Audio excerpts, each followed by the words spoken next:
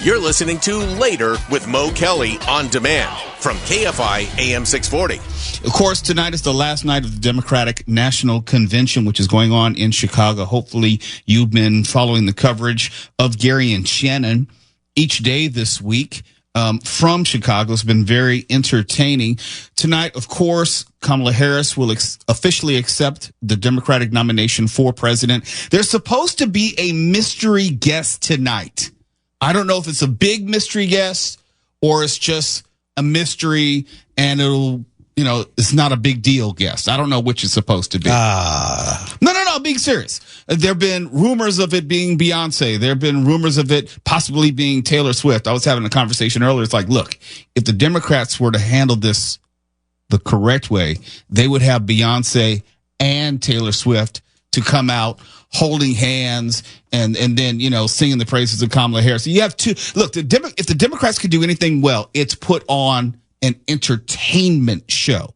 If you think about the musical productions, you think about the artists who've been associated with the DNC and inaugurations in previous years and in recent decade or so, they've got that on lock. If they had Beyonce and Taylor Swift, woo, that would be something. I don't know if it's going to be that. I'm saying that's what I would do if I were in charge of entertainment for the DNC. But there's supposed to be some mystery guest. Last night, it was Oprah. They didn't keep that under wraps. That got out even before the night's proceedings began. But tonight, no real leak has come in regard to who's supposed to be the mystery guest. Maybe it's the Hawk Tuah girl. Oh, that would be great. That would be great, man. They got it locked up if they get her. You get out there and vote. You got to two on that thing, man. Oh, thank you. Elmer's off to a good start. Yes. I think he's finally getting the show. I think he's finally figuring out what this show is all about. Learning on the job. Well done. Yes. It's only taken him 5 or 6 times during the show to figure it out.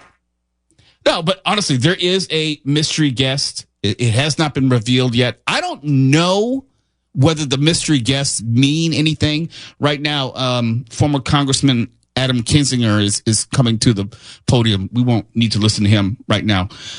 But you wonder whether these mystery guests have made a difference. Well, let me just tell you about this as far as viewership. Remember the first night I told you that the DNC garnered more than 20 million people, and that first night viewership was higher than the first 3 nights of the RNC? Well, it went up to 20.6 million in the second night, and the third night, as in last night, was just 20.1 million. So it's hovered around 20 million the whole week, and those 3 days have been higher than the RNC. The real question is whether Kamala Harris will be able to eclipse the 25 million that former President Trump pulled when former President Trump did his nomination acceptance speech, if you're into the viewership and the ratings and that kind of thing. But I will say this. Earlier I said, if you look at the pattern, if historically you have the decent first night, everyone tunes in for the first night, and then it drops off. That's what happened with the Republicans, which was true to form. So there's nothing negative about that. But what's notable here is the DNC has had no drop off, which says that people are tuning in because they want to see what it is, and they're continuing to keep that audience. Comparatively speaking, for the third night, Democrats had 20.1 million people, and the RNC third night had 17.9 million viewers. So the Democrats are winning the first 3 days. We'll see if they win the most important day, which is tonight. 25 million, that's a high number. That's a real high number. And I don't know if Kamala Harris can get that. We haven't seen the fundraising, but that's definitely a high number. And also, I wonder if she's going to speak a long time. Last night, Governor Walz didn't spend a lot of time at the mic. He kind of told his story and got out. He said, "Hi, I'm Tim. Good night." I think it's going to, if only because we have Adam Kinzinger on now, and then the only other people that they have on the lineup is Maya Harris and the Honorable Roy Cooper, and then it's straight to Kamala Harris. Who is Roy Cooper? I couldn't tell you. Oh, I'm sorry, governor of North Carolina. Oh, okay. Yeah, Okay. yeah. So I'm not sure who Maya Harris is. I don't know. Maybe. Oh no, that's her sister. That's Kamala Harris's sister. Oh, well, perfect.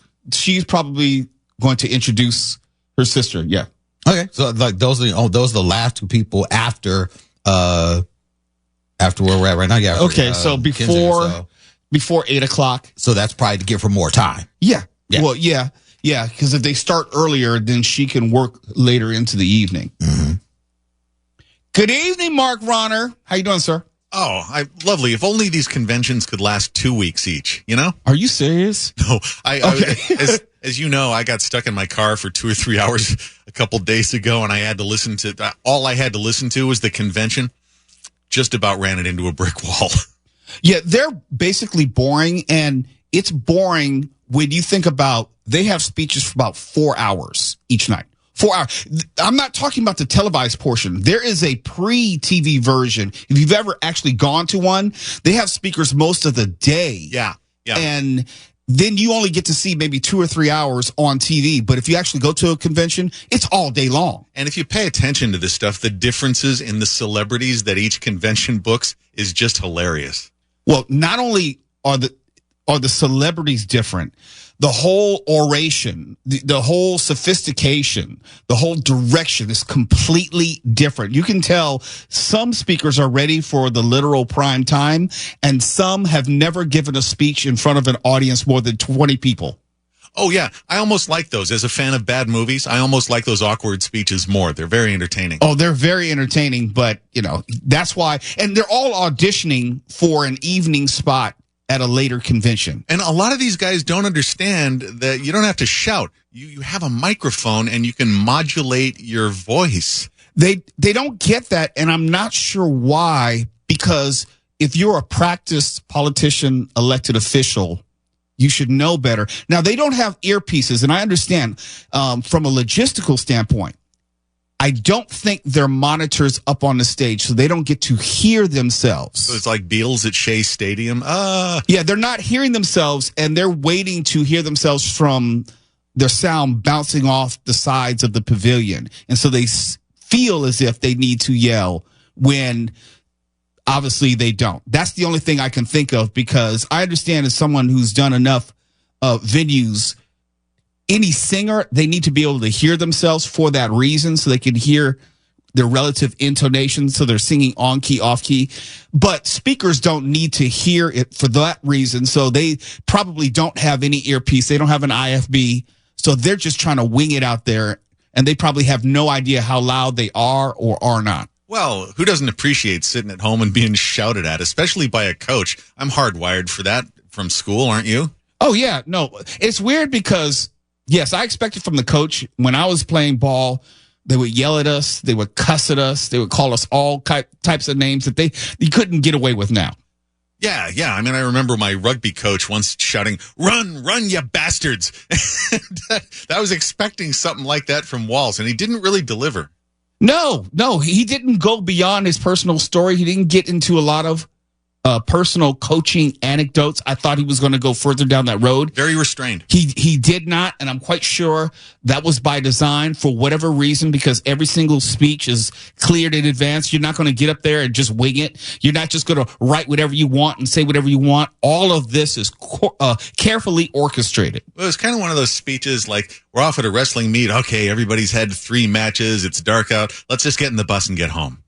Maybe that's it. Yeah. We'll see what happens tonight. It's later with Mo Kelly, KFI AM 640. We're live everywhere in the iHeartRadio app.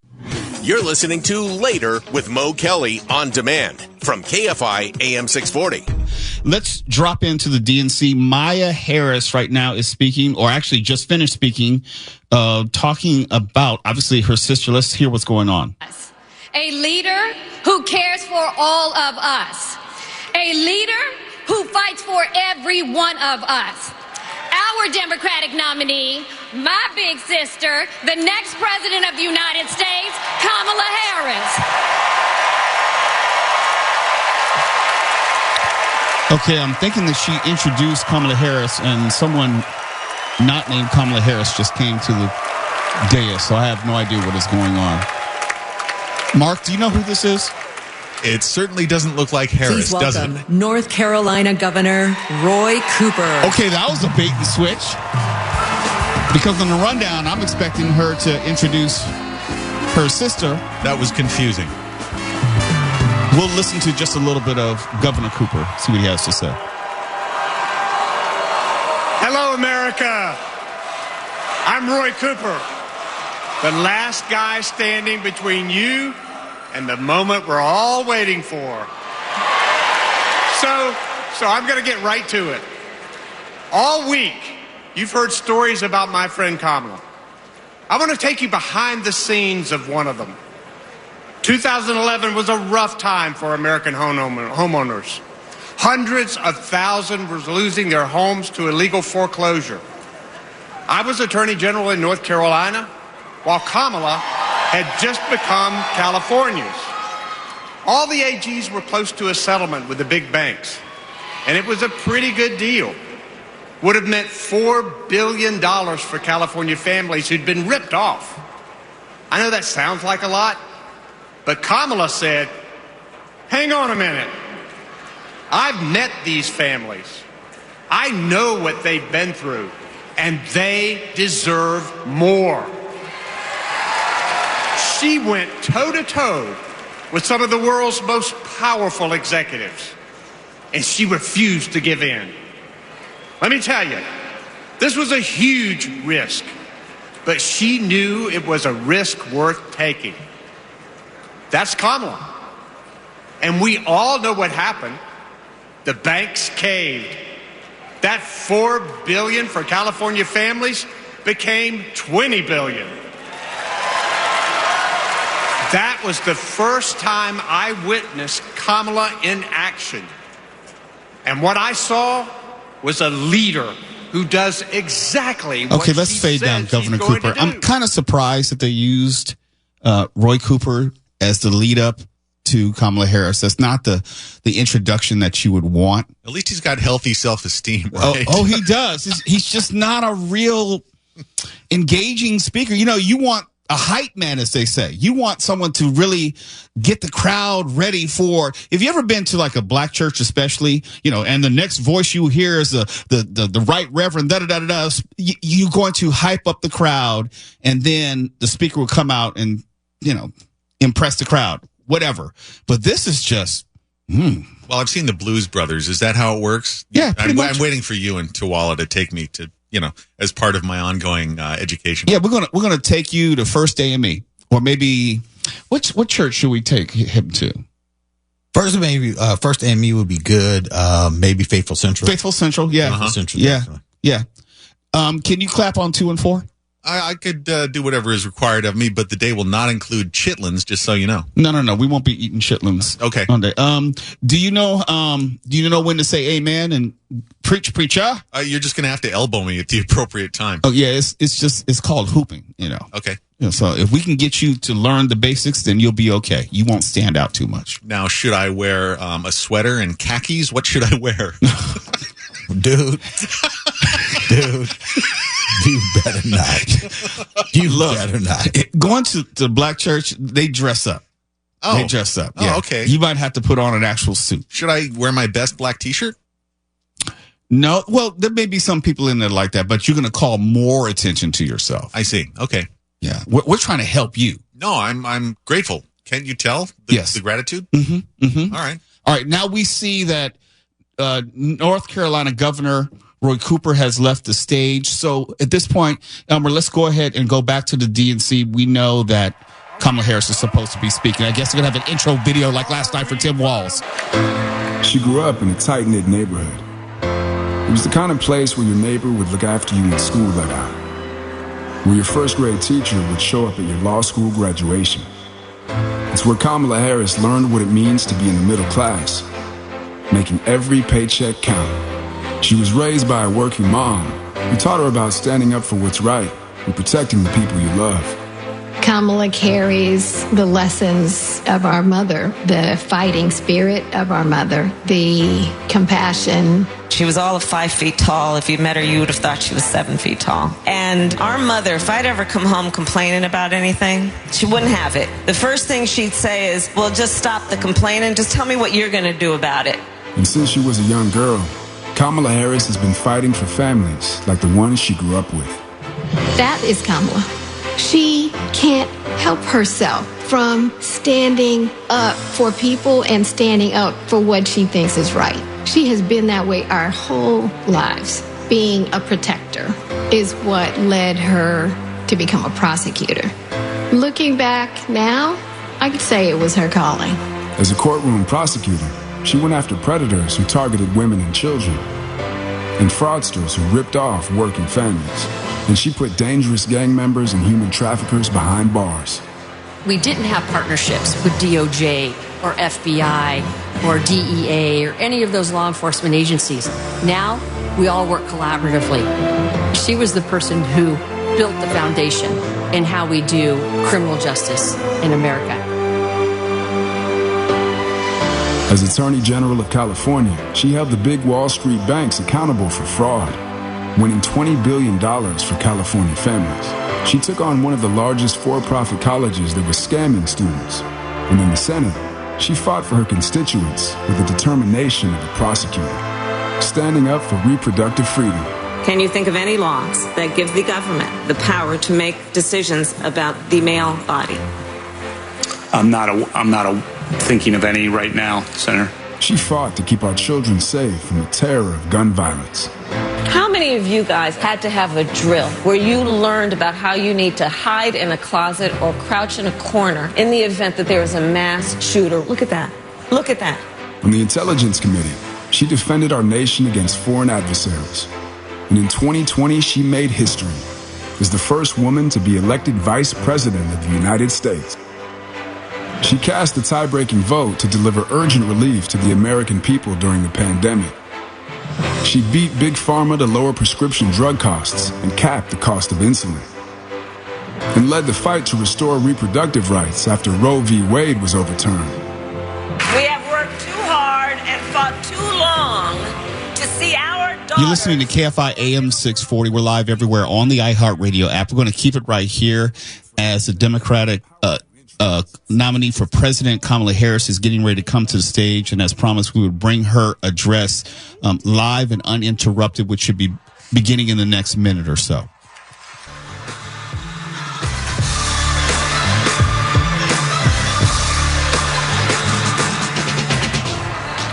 Please welcome the Democratic nominee for president, Vice President of the United States of America, Kamala Harris.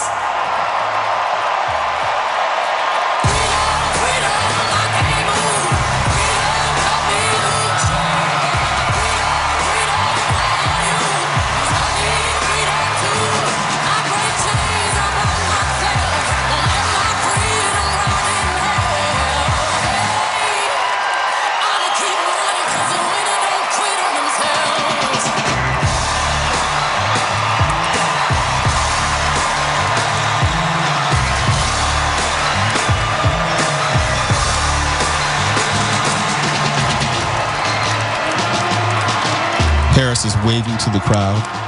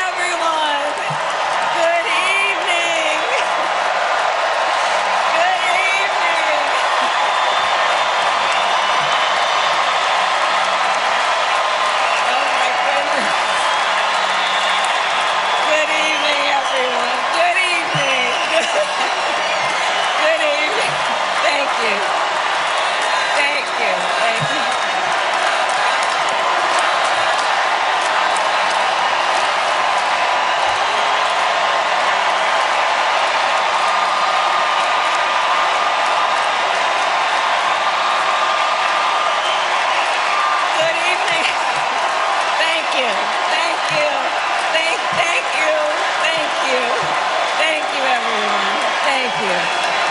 Thank you. Thank you. Thank you all.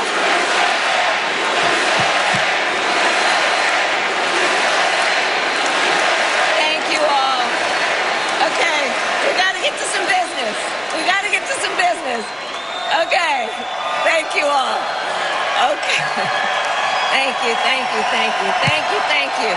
Thank you, thank you. Please, thank you, please. Thank you so very much. Thank you, everyone. Thank you, everyone. Thank you. Okay, let's get to business. Let's get to business. All right. So let me start by thanking my most incredible husband, Doug, for being an incredible partner to me, an incredible father to Cole and Ella, and happy anniversary, Dougie. I love you so very much. To our President Joe Biden, when I think about the path that we have traveled together, Joe, I am filled with gratitude. Your record is extraordinary, as history will show, and your character is inspiring. And Doug and I love you and Jill and are forever thankful to you both.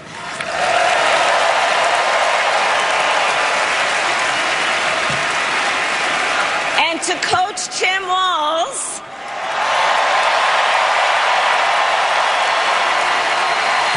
you are going to be an incredible vice president. And to the delegates and everyone who has put your faith in our campaign, your support is humbling. So, America, the path that led me here in recent weeks was no doubt unexpected. But I'm no stranger to unlikely journeys. So, my mother, our mother, Kamala Harris, had one of her own. And I miss her every day, and especially right now.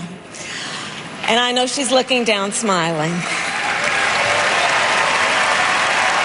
I know that. So my mother was 19 when she crossed the world alone, traveling from India to California with an unshakable dream to be the scientist who would cure breast cancer.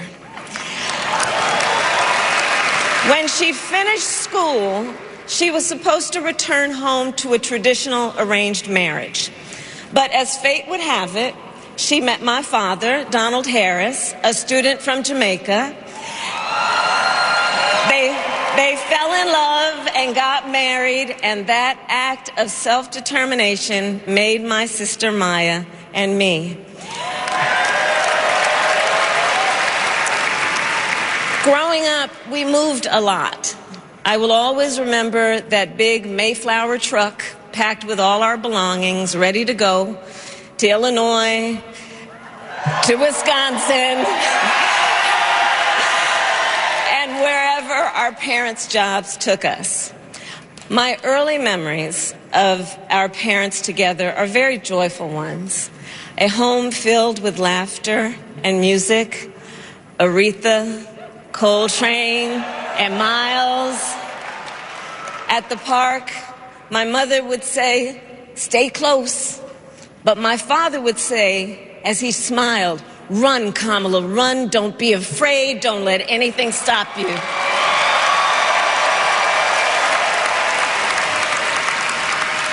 From my earliest years, he taught me to be fearless. But the harmony between my parents did not last. When I was in elementary school, they split up. And it was mostly my mother who raised us. Before she could finally afford to buy a home, she rented a small apartment in the East Bay. In the Bay, you either live in the hills or the flatlands. We lived in the flats. A beautiful working-class neighborhood of firefighters, nurses, and construction workers, all who who tended their lawns with pride. My mother, she worked long hours, and like many working parents, she leaned on a trusted circle to help raise us. Mrs. Shelton, who ran the daycare below us and became a second mother. Uncle Sherman, Aunt Mary, Uncle Freddie, Auntie Chris. None of them family by blood, and all of them family by love.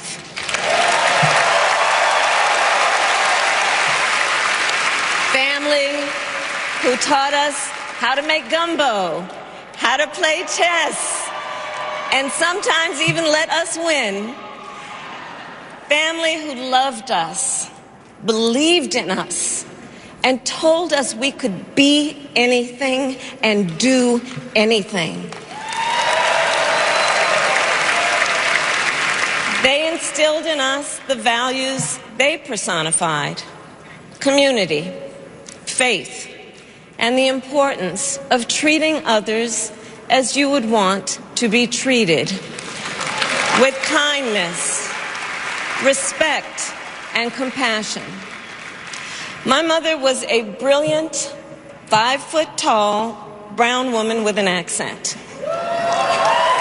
And as the eldest child, I saw how the world would sometimes treat her. But my mother never lost her cool. She was tough, courageous, a trailblazer in the fight for women's health, and she taught Maya and me a lesson that Michelle mentioned the other night. She taught us to never complain about injustice, but do something about it. Do something about it. That was my mother. And she taught us, and she also taught us, and never do anything half-assed. And that is a direct quote. A direct quote. I grew up immersed in the ideals of the civil rights movement. My parents had met at a civil rights gathering, and they made sure that we learned about civil rights leaders, including the lawyers like Thurgood Marshall and Constance Baker Motley. Those who battled in the courtroom to make real the promise of America. So at a young age, I decided I wanted to do that work. I wanted to be a lawyer. And when it came time to choose the type of law I would pursue, I reflected on a pivotal moment in my life. You see, when I was in high school, I started to notice something about my best friend, Wanda. She was sad at school. And there were times she didn't want to go home. So one day I asked if everything was all right. And she confided in me that she was being sexually abused by her stepfather. And I immediately told her she had to come stay with us. And she did. This is one of the reasons I became a prosecutor, to protect people like Wanda, because I believe everyone has a right to safety, to dignity, and to justice. You listen to KFI AM 640. As a prosecutor, when I had a case, I charged it not in the name of the victim, but in the name of the people. For a simple reason. In our system of justice, a harm against any one of us is a harm against all of us.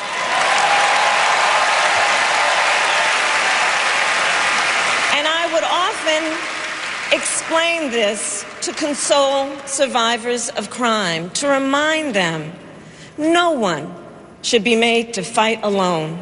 We are all in this together. And every day in the courtroom, I stood proudly before a judge and I said 5 words: Kamala Harris for the people.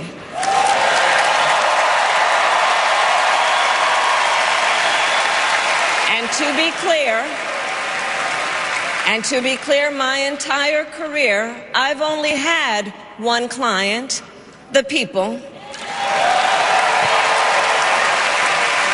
And so, on behalf of the people, on behalf of every American, regardless of party, race, gender, or the language your grandmother speaks, on behalf of my mother and everyone who has ever set out on their own unlikely journey, on behalf of Americans like the people I grew up with, people who work hard, chase their dreams, and look out for one another, on behalf of everyone whose story could only be written in the greatest nation on earth, I accept your nomination to be President of the United States of America.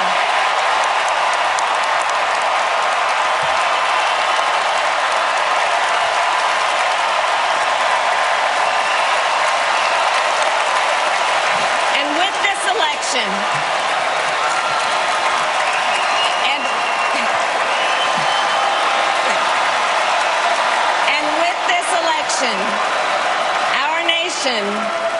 our nation with this election has a precious, fleeting opportunity to move past the bitterness, cynicism, and divisive battles of the past, a chance to chart a new way forward.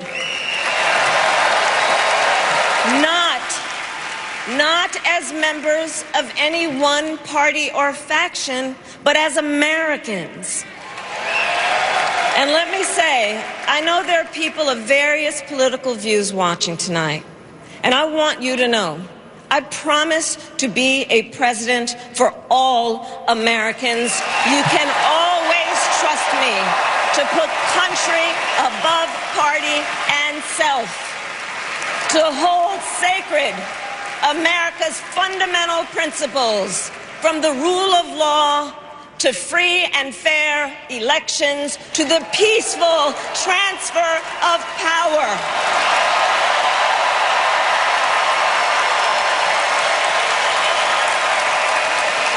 I will be a president who unites us around our highest aspirations, a president who leads and listens, who is realistic, practical, and has common sense, and always fights for the American people. From the courthouse to the White House, that has been my life's work. As a young courtroom prosecutor in Oakland, California, I stood up for women and children against predators who abuse them. As Attorney General of California, I took on the big banks, delivered $20 billion for middle-class families who faced foreclosure, and helped pass a homeowner bill of rights, one of the first of its kind in the nation. I stood up for veterans and students being scammed by big for-profit colleges, for workers who are being cheated out of their wages, the wages they were due, for seniors facing elder abuse. I fought against the cartels who traffic in guns and drugs and human beings, who threaten the security of our border and the safety of our communities. And I will tell you, these fights were not easy. And neither were the elections that put me in those offices. We were underestimated at practically every turn. But we never gave up, because the future is always worth fighting for. And that's the fight we are in right now, a fight for America's future.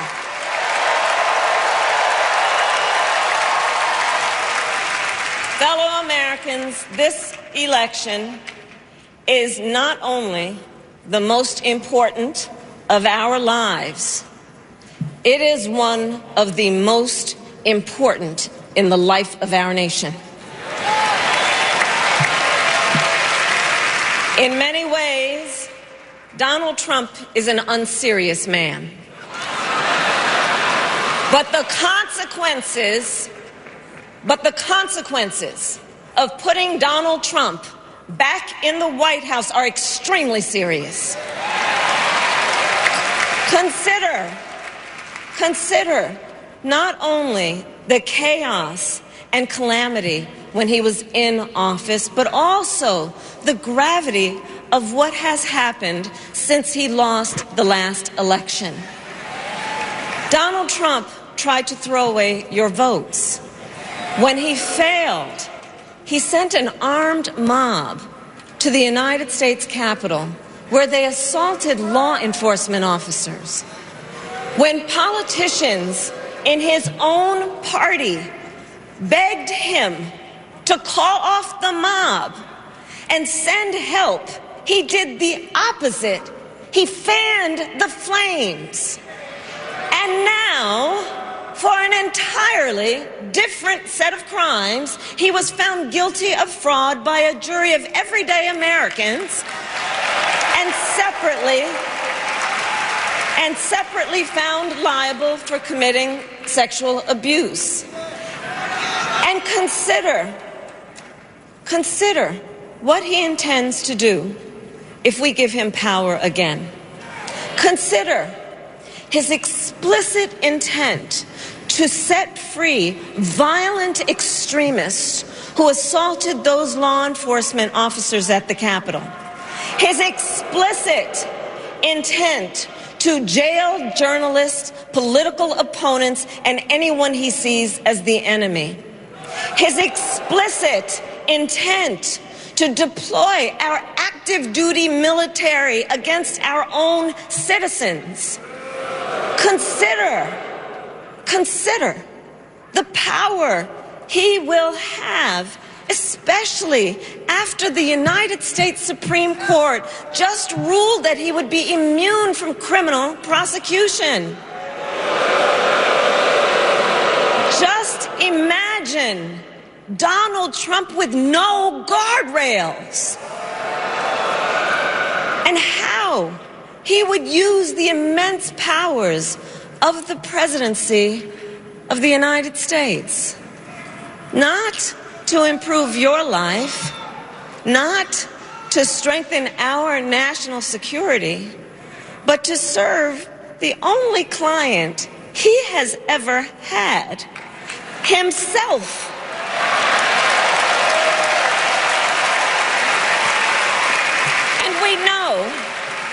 And we know what a second Trump term would look like. It's all laid out in Project 2025, written by his closest advisors, and its sum total is to pull our country back to the past. But America, we are not going back. We are not going back. We are not going back. We are not going back to when Donald Trump tried to cut Social Security and Medicare. We are not going back to when he tried to get rid of the Affordable Care Act, when insurance companies could deny people with pre-existing conditions. We are not going to let him eliminate the Department of Education that funds our public schools. We are not going to let him end programs like Head Start that provide preschool and child care for our children. America, we are not going back.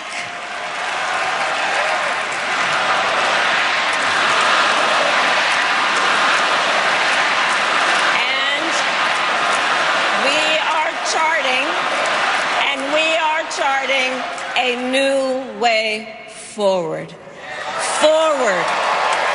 To a future with a strong and growing middle class, because we know a strong middle class has always been critical to America's success. And building that middle class will be a defining goal of my presidency.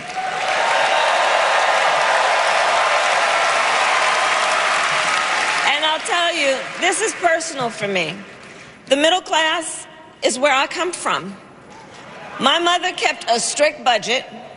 We lived within our means, yet we wanted for little. And she expected us to make the most of the opportunities that were available to us and to be grateful for them. Because, as she taught us, opportunity is not available to everyone. That's why we will create what I call an opportunity economy where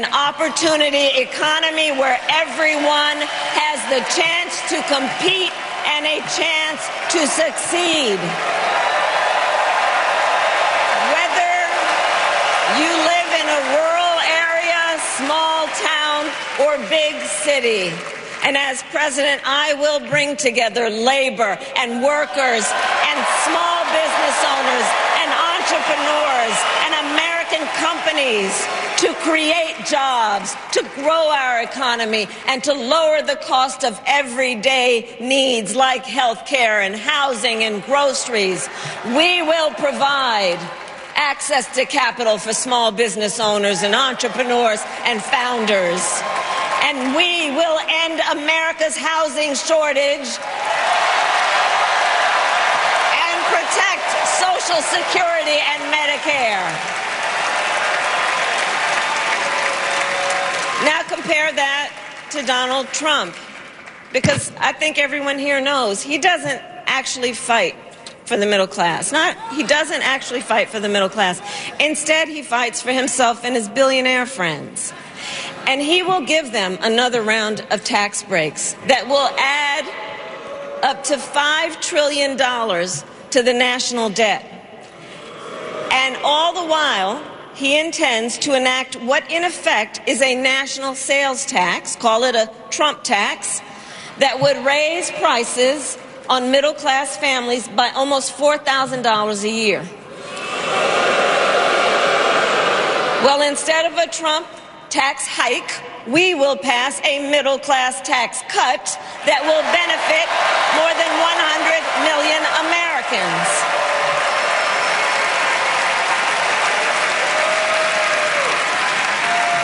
Friends, I believe America cannot truly be prosperous unless Americans are fully able to make their own decisions about their own lives, especially on matters of heart and home. But tonight, in America, too many women are not able to make those decisions.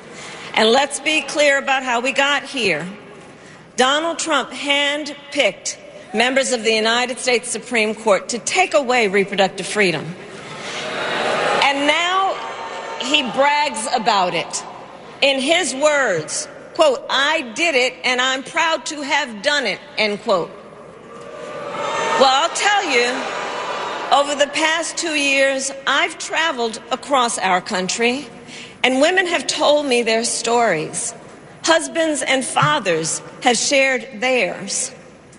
Stories of women miscarrying in a parking lot, developing sepsis, losing the ability to ever again have children, all because doctors are afraid they may go to jail for caring for their patients. Couples just trying to grow their family, cut off in the middle of IVF treatments. Children who have survived sexual assault, potentially being forced to carry a pregnancy to term. This is what's happening in our country because of Donald Trump. And understand, he is not done. As a part of his agenda, he and his allies would limit access to birth control, ban medication abortion, and enact a nationwide abortion ban with or without Congress. And get this, he plans to create a national anti-abortion coordinator and force states to report on women's miscarriages and abortions. Simply put, they are out of their minds. This is KFI AM 640, Los Angeles and Orange County. And one must ask, why exactly is it that they don't trust women? Well, we trust women. We trust women.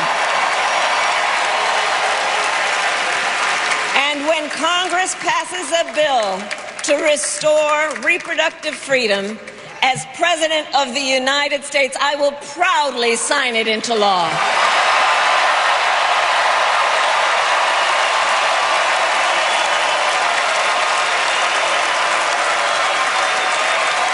In this election, many other fundamental freedoms are at stake. The freedom to live safe from gun violence in our schools, communities, and places of worship. The freedom to love who you love openly and with pride. The freedom to breathe clean air and drink clean water and live free from the pollution that fuels the climate crisis. And the freedom that unlocks all the others, the freedom to vote. With this election, we finally have the opportunity to pass the John Lewis Voting Rights Act and the Freedom to Vote Act.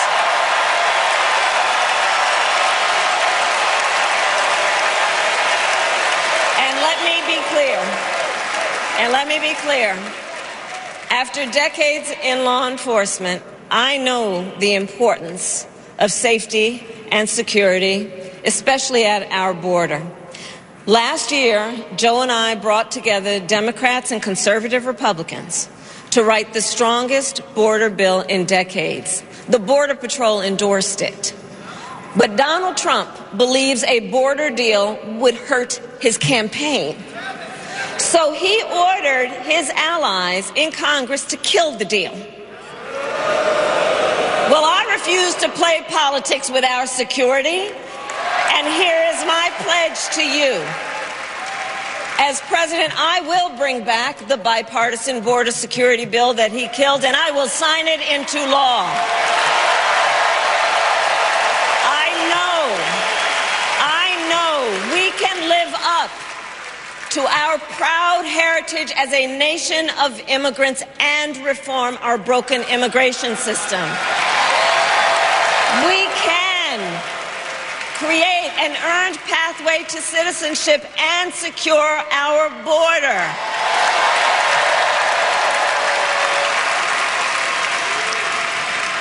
And America, we must also be steadfast in advancing our security and values abroad.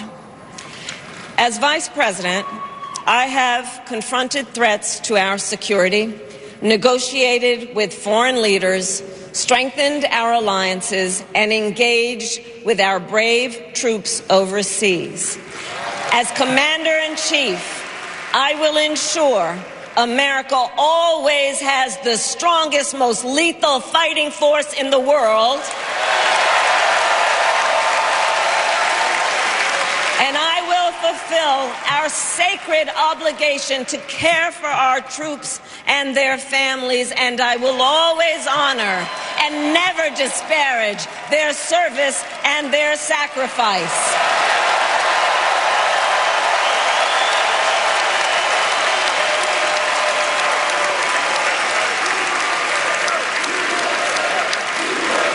I will make sure that we lead the world into the future future on space and artificial intelligence, that America, not China, wins the competition for the 21st century, and that we strengthen, not abdicate, our global leadership.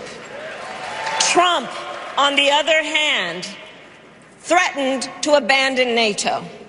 He encouraged Putin to invade our allies, said Russia could, quote, do whatever the hell they want. 5 days before Russia attacked Ukraine, I met with President Zelensky to warn him about Russia's plan to invade. I helped mobilize a global response, over 50 countries, to defend against Putin's aggression. President, I will stand strong with Ukraine and our NATO allies.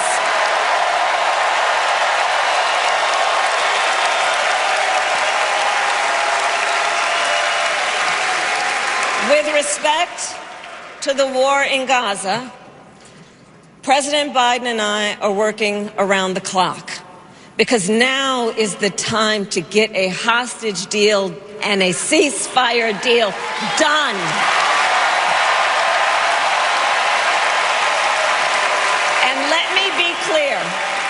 And let me be clear, I will always stand up for Israel's right to defend itself, and I will always ensure Israel has the ability to defend itself, because the people of Israel must never again face the horror that a terrorist organization called Hamas caused on October 7.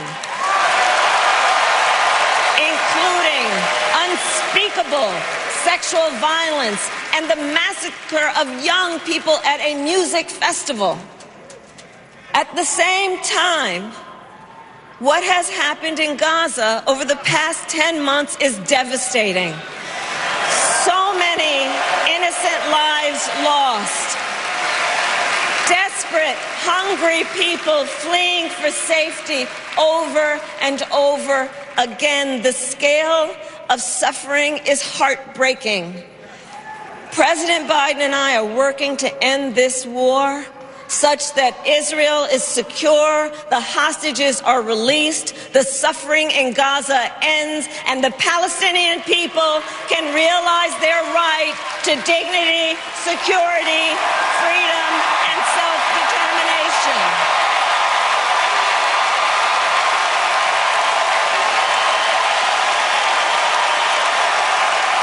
And know this, I will never hesitate to take whatever action is necessary to defend our forces and our interests against Iran and Iran-backed terrorists. I will not cozy up to tyrants and dictators like Kim Jong-un, who are rooting for Trump.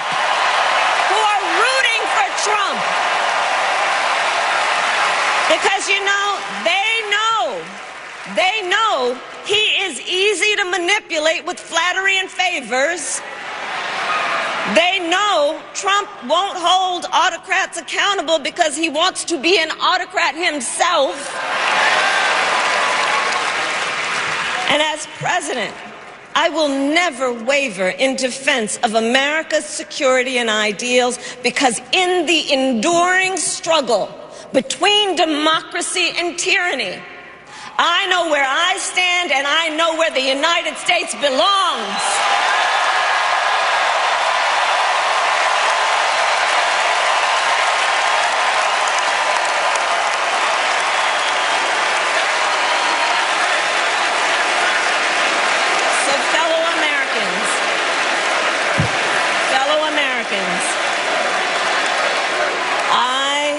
I love our country with all my heart.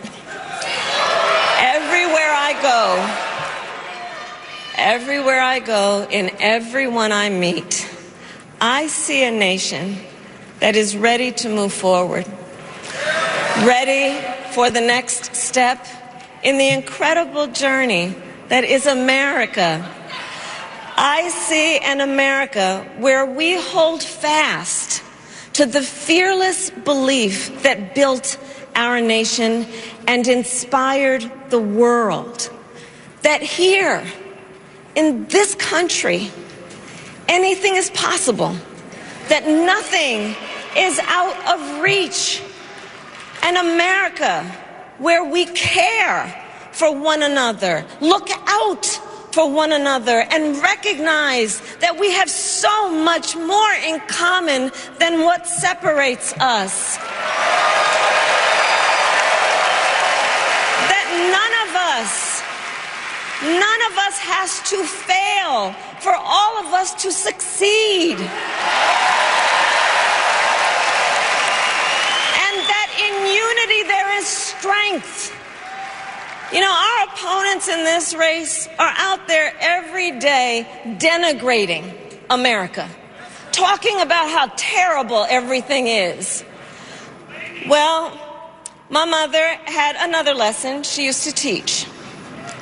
Never let anyone tell you who you are. You show them who you are. America, let us show each other and the world who we are and what we stand for. Freedom, opportunity, compassion, dignity, fairness, and endless possibilities.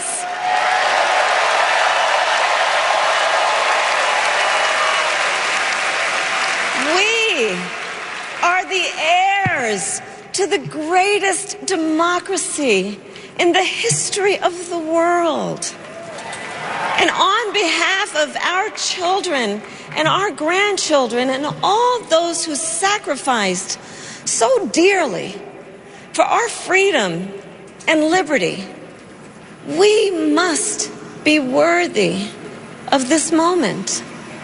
It is now our turn to do what generations before us have done, guided by optimism and faith, to fight for this country we love, to fight for the ideals we cherish, and to uphold the awesome responsibility that comes with the greatest privilege on earth, the privilege and pride of being an American.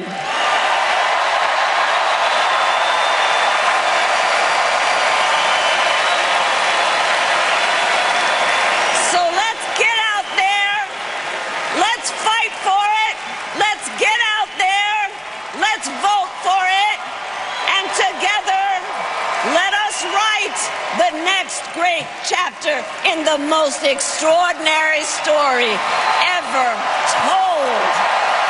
Thank you. God bless you, and may God bless the United States of America. Thank you all. You're listening to KFI AM 640, and Vice President, President-elect, and also presidential candidate for the Democrats, Kamala Harris, just finished her nomination acceptance speech. She's wearing a deep navy blue suit. She is now embracing her husband. It was about as long as I personally expected. She didn't spend a lot of time on foreign policy. I expect news media to key in on that. She addressed Israel and Gaza. She addressed China. She mentioned North Korea, but did not spend a lot of time on those subjects. And I'm quite sure there will be questions about that. And if you wonder, I know she has scheduled or said to have scheduled a sit-down interview with ABC News. We don't know the date on that, but we do know that September 10th will be the upcoming ABC debate. And that's fewer than 3 weeks away. It'll be really, really interesting to see if that date still holds, if both parties, both former President Trump and Vice President Harris, maintain the agreement to show up that night and have a debate on these issues, both domestic policy and foreign policy. She spent some time talking about the border, placed blame with former President Trump about the bipartisan deal, which fell apart in Congress.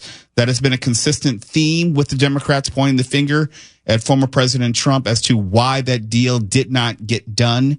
And you'll hear that time and time again. That's going to be the response to what President Trump had to say when he was at the border earlier today and what he's been saying consistently about the issues at the border. The fact checkers will go through Kamala Harris's speech and will give us some. You know what? I don't think that facts even matter anymore. I mean, what am I talking about? Well, since you bring this up, it's been really funny. I've been watching and really monitoring the press coverage of this. And like Daniel Dale, the CNN fact checker, he's like the Maytag repairman. He's been complaining that there's not enough for him to do. Yeah. And you know what? And I think part of that is intentional, where the speeches, if you were to look at this comparatively speaking in previous years and previous conventions, this year, I would say they've been more general than in previous conventions. Part of that is very intentional because you don't want to be locked into policy that you can't answer to prior to the election, and you find yourself defending policy which doesn't even exist. Part of that is just being on defense, so you don't have to worry about creating problems for yourself in campaign which don't exist. But eventually you're going to have to get down to the specifics, at least in a debate forum, if that happens. Well, that's a perfectly plausible explanation, but you might also just resort to Occam's razor. Maybe there are fewer things to fact check in terms of falsehoods. I mean, that's what I gathered from that. Oh, no. There are two things. Well, it depends on whose speech you're talking about as far as fact checking and number of falsehoods. But I'm talking about the strategy going into this, because I know in previous years when we had conventional presidential candidacies, and we're in extraordinary times and unconventional times, so the approach is remarkably different. It was a very combative speech as well. We haven't really heard a lot like that. And they Harris broke new ground by saying, don't half-ass it. Her father told her not to half-ass it. Can you imagine any other time? No! Imagine Richard Nixon.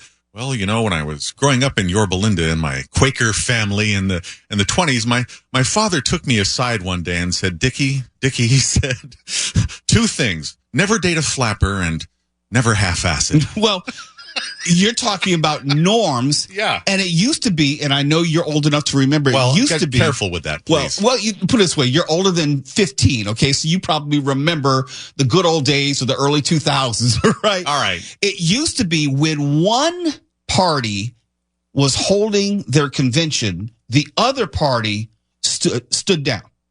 They did not actively campaign. They didn't try to take up space in the news. You weren't having competing counter programming. You didn't have campaign events. It used to be when the so-and-sos were having their convention, the other so-and-sos stood down. More convivial, more sporting, and now it's just all-out war. Look, there are no rules. It's almost like, if I could make a war analogy, since you mentioned that, it's almost like when the United States went to Vietnam and we weren't used to the guerrilla warfare, we had to adjust. Or when the British came here during the Revolutionary War and they were marching up straight forward, and the Americans were hiding behind trees and shooting people. It's a different type of political warfare now, where the original rules no longer apply. From the speeches to the style of campaigning to the pointed attacks to the insults, all of those things is completely different. And the only way you recognize how different it is if you were paying attention to the previous conventions of previous decades. It's Later with Mo Kelly. KFI AM 640. We are live everywhere on the iHeartRadio app. You're listening to Later with Mo Kelly on demand from KFI AM 640.